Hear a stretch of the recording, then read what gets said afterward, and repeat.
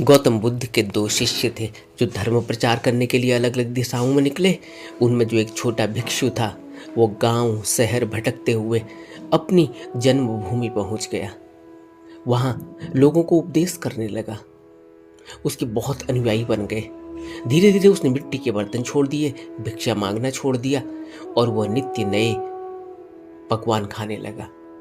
उसने भ्रमण करना बंद कर दिया, भिक्षा मांगनी बंद कर दी और वो वहीं टिक कर रहने लगा। कुछ वर्षों बाद वहां दूसरा भिक्षु आया और उसने देखा तो वह हैरान रह गया। उसने कहा, भाई, एक ही स्थान पर पड़े रहने से आलस्य और विलासिता आ जाती है। तब छोटे भिक्षु ने जवाब दिया कि मैं यहाँ रहकर भी धर्मोपदेश करता हूँ। सुबह शाम लोगों को देशना देना मेरा कर्तव्य है। मुझे अब भिक्षा के लिए इधर उधर घूमने की जरूरत नहीं पड़ती।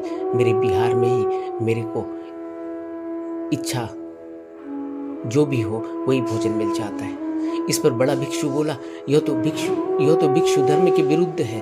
भिक्षु का अर्थ है भिक्षा लेकर खाना, जनता को उपदेश देना। इसके बाद बड़ा भिक्षु भिक्षा मांगने चल पड़ा। उसे भिक्षा में 2 रोटी मिली और जब उसने छोटे भिक्षु से खाने का आग्रह किया तो उसने कहा कि यही तुम में और मुझ में फर्क है। मेरा प्रभाव देखो, मुझे पकवान मिलते हैं स्वादिष्ट खाने को और तुम्हें सूखी रोटी मिलती है। तब बड़ा भिक्षु बोला कि तुम अपने जीवन पर गहराई से विचार करो। आखिर तुमने घर बार, जमीन जायदाद, दूसरे सुख साधन किस लिए छोड़े थे? क्या तुम्हारे घर में कोई कमी थी? क्या तुम्हें अच्छा खाना घर में नहीं मिल रहा था?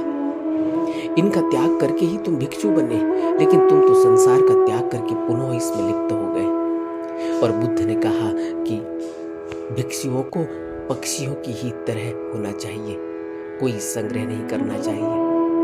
छोटे भिक्षु को अपनी भूल का एहसास हो गया और वो बड़े भिक्षु के साथ चल पड़ा और फिर से दोबारा भिक्षु वाला जीवन बिताने लगा।